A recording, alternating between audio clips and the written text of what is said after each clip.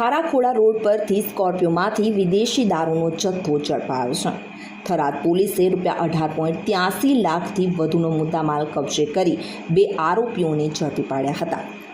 વાવ થરાદ જિલ્લા પોલીસ દ્વારા પ્રોહિબિશન સંબંધિત ગુનાઓ સામે સતત કડક કાર્યવાહી હાથ ધરવામાં આવી રહી છે. પોલીસ મહાનિરીક્ષક પરીક્ષિતા રાઠોડ, બનાસકાંઠા રેન્જ પાલનપુર તથા જિલ્લા પોલીસ અધિક્ષક ચિંતન તેરૈયાના માર્ગદર્શન હેઠળ જિલ્લામાં દારૂ અને જુગાર જેવી ગેરકાયદેસર પ્રવૃત્તિઓને નેસ્ત નાબૂદ કરવા માટે સઘન ચેકિંગ અને પેટ્રોલિંગની કામગીરી ચાલી રહી છે. જે અંતર્ગત વિભાગીય પોલીસ અધિક્ષક SM વારોતરિયા તથા થરાદ પોલીસ ઇન્સ્પેક્ટર AG રબારીના માર્ગદર્શન હેઠળ થરાદ પોલીસ સ્ટેશનનો સ્ટાફ પેટ્રોલિંગમાં હતો. આ દરમિયાન બાતમી મળી હતી કે ખારાખોડા તરફથી એક બ્લેક કલરની સ્કોર્પિયો S11 ક્લાસિક ગાડીમાં ભારતીય બનાવટની વિદેશી દારૂ લઈ જવાઈ રહ્યો છે.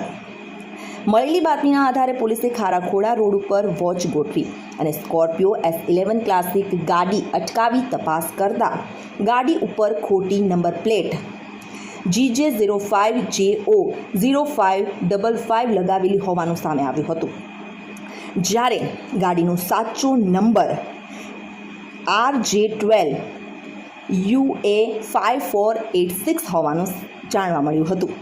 પોલીસ તપાસ દરમિયાન ગાડીમાંથી ગેરકાયદેસર રીતે રાખવામાં આવેલ ભારતીય બનાવટના વિદેશી દારૂ તથા બિયરની બોટલો નંગ 1417 જેની કિંમત ₹3,83,132નો જથ્થો મળી આવ્યો હતો.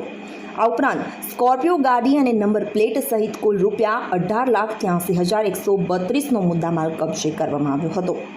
આ મામલે પોલીસે 2 આરોપીઓને ઝડપી પાડી તેમની સામે થરાદ પોલીસ સ્ટેશન ખાતે પ્રોહિબિશન એક્ટ હેઠળ કાયદેસરની કાર્યવાહી હાથ ધરી છે.